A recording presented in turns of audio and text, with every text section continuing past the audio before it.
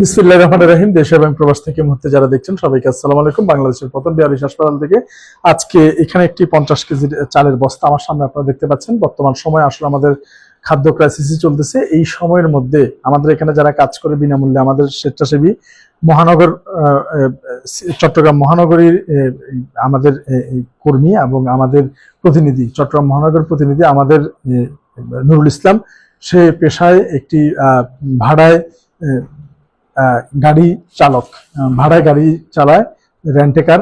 তো কেউ চাইলে ওটাতে চড়তে পারেন, কিন্তু তার একটি সবচেয়ে বড় মন হচ্ছে এই বেওয়ারিশ মানুষদের কাজের অবসর সময় সেবা করার পাশাপাশি প্রতি মাসে কিছু না কিছু নিয়ে আসে। এই মাসেও ঠিক সে একটি চালের বস্তা নিয়ে আসছে এবং সে তার যে ভাড়া, সেই ভাড়া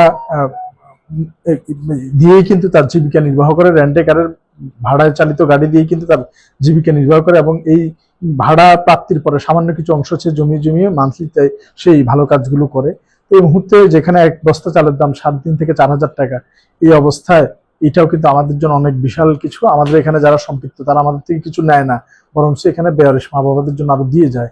তারই অনন্য উৎকৃষ্ট উদাহরণ হচ্ছে আমাদের নুরুল ইসলাম। সবাই তার জন্য দোয়া করবেন, তার পরিবারের জন্য দোয়া করবেন। ভবিষ্যতে সে যাতে আরো বড় কিছু হয়ে এরকম আরো বড় পরিসরে এই বেয়ারিশ হাসপাতালের সাথে থাকতে পারেন। তো নুরুল, তুমিও তো একজন সংসারী মানুষ, তোমারও তো সংসার অনেক অভাব অনটন বা অনেক ধরনের সুবিধা অসুবিধা থাকে। এরপরেও তুমি যেটা নিয়ে আসছো, এটা তোমার মনে হয় না যে তোমার কিছু লস হয়ে গেল, বা এটাতে তুমি কেমন চিন্তা পাচ্ছ?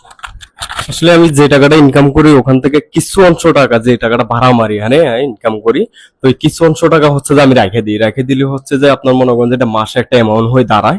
তো দাঁড়ালে হচ্ছে যে মনে করেন যে 1 বস্তা চাল বা অন্য কোনো কিছু কিনা যায়, ঠিক আছে। যেহেতু এখানে বেওয়ারিশ হসপিটালে অনেক মানুষ আছে, বেওয়ারিশ মানুষ, তাদের জন্য হচ্ছে যে মূলত আমি এই জিনিসগুলো করি আর কি। ধন্যবাদ নুরুলকে।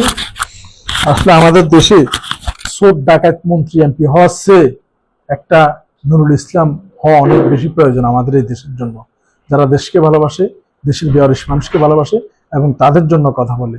ধন্যবাদ সবাইকে এবং সবাইকে আসার আমন্ত্রণ জানাচ্ছি। আপনারা ভিজিট করুন, দেখুন এবং বেয়ারিশ মা বাবাদের পাশে দেখুন। বাংলাদেশের প্রথম বেয়ারিশ হাসপাতাল। আসসালামু আলাইকুম ওয়া রাহমাতুল্লাহি ওয়া বারাকাতুহু।